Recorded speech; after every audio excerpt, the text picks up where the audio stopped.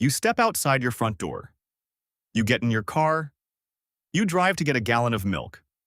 This is normal to you. It has always been normal to you.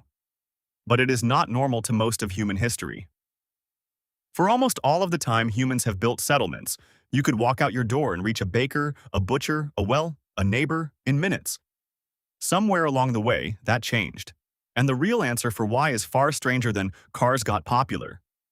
Picture two towns. One is a village outside Florence, Italy. Narrow stone streets. Buildings pressed shoulder to shoulder. A cafe on the ground floor. An apartment stacked above it. An old woman leaning out her third-floor window to yell at a boy in the piazza below.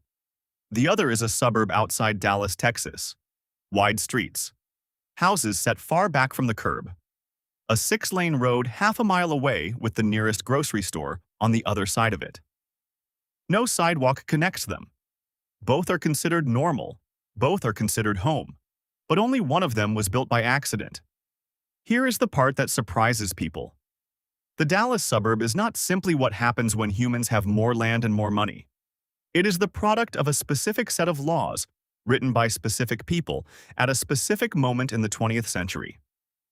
The Florence village is closer to what humans have built for 10,000 years, almost everywhere, by default. So what happened in America? Start with fire. Literally.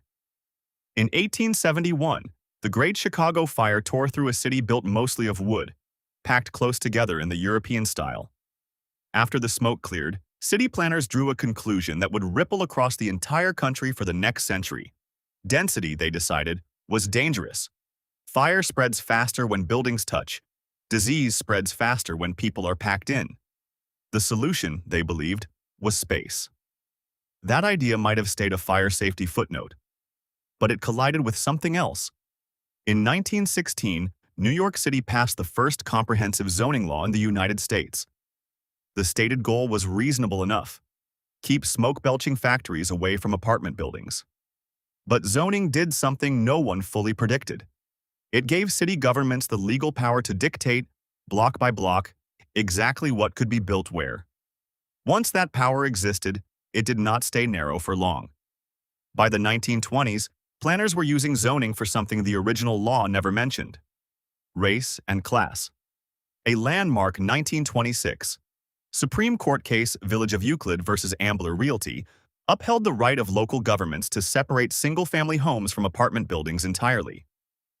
The word for this kind of zoning even comes from that case: Euclidean zoning. It sounds geometric and neutral. It was not neutral.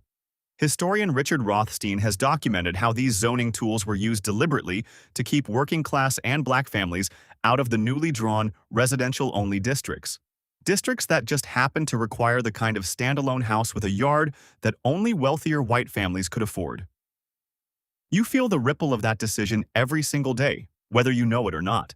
Because once a neighborhood is zoned for single-family homes only, something quietly disappears. The corner bakery cannot exist there. The small apartment building above a shop cannot exist there. The cafe cannot exist there. Not because nobody wants them, because it is against the law to build them. Compare that to a European city, most of which grew up before zoning existed in any modern sense. A street in Barcelona or Vienna wasn't designed. It accreted. A building goes up. A shop opens on the ground floor because the owner needs rent money.